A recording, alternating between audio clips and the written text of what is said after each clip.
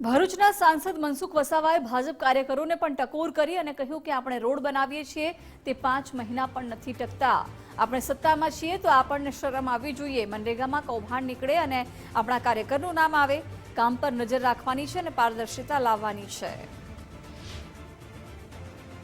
હમણાં આપણે CC road બનાવે તો 5 મહિના નથી ચાલતા। શરમ આવી જોઈએ આપણા કાર્યકર્તા। કોંગ્રેસ વાળા નથી આવે, બીટીપી વાળા નથી આવે, આમ આદમી પાર્ટી વાળા નથી આવે। આપણે સત્તામાં છે, હું ટકોર કરીશ તો કોંગ્રેસની નહીં ટકોર કરું, કોઈની નહીં ટકોર કરું, આપણા લોકોને ટક્કર કરીશ। કારણ કે સરપંચો આપણા છે, તાલુકા પંચાયત, જિલ્લા પંચાયત, નગરપાલિકા, ધારાસભ્ય, આખા ટ્રાઇબલ પટ્ટીની વાત કરું છું। નરેગામાં કૌભાંડ નીકળે ને આપણા કાર્યકર્તા ઇન્વોલ્વ હોય। એક કાર્યકર્તા આપણા વિસ્તારની અંદર કોઈ પણ પ્રકારનું કામ ચાલતું હોય તો દેખરેખ રાખવાની છે, એને પારદર્શક વહીવટ કહેવાશે। તો ખુદ ભરૂચના સાંસદ મનસુખ વસાવાએ મનરેગા કૌભાંડને લઈને ભાજપ કાર્યકરોને ટકોર કરી હતી અને એમણે ટકોર કરતા એમ કહ્યું કે આપણે રોડ બનાવીએ અને 5 મહિના પણ નથી ટકતા। આપણે સત્તામાં છીએ એટલે આપણને શરમ આવવી જોઈએ।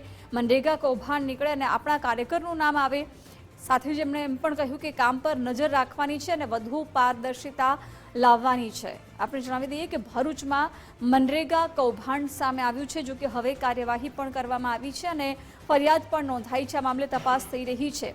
ત્યારે જ હવે સાંસદ મનસુખ વસાવાએ પણ આ મામલે નિવેદન આપ્યું છે અને સાથે જ ટકોર પણ કરી છે કાર્યકરોને કે આપણે સત્તામાં છીએ એટલે આપણી જવાબદારી બને છે, આપણે વધુ પારદર્શિતા લાવવી પડશે।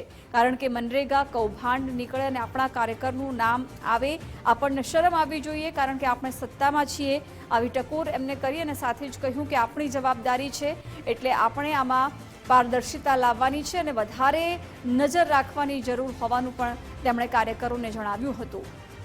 એક કાર્યક્રમમાં જ્યારે નર્મદામાં ઉપસ્થિત રહ્યા ત્યારે સાંસદ મનસુખ વસાવાએ આ વાત કરી અને કહ્યું કે રોડ બનાવી અને 5 મહિના પણ નથી ટકતા। મનરેગા કૌભાંડ જે પ્રકારે ભરૂચમાં અત્યારે સામે આવ્યું છે અને તેને જ લઈને કાર્યવાહીની પણ શરૂઆત થઈ ગઈ છે, ફરિયાદ પણ નોંધાઈ છે। એવામાં હવે સાંસદ મનસુખ વસાવાએ પણ સાંસદે આ નિવેદન આપતા કહ્યું છે કે આપણે સત્તામાં છીએ એટલે આપણી જવાબદારી બને છે।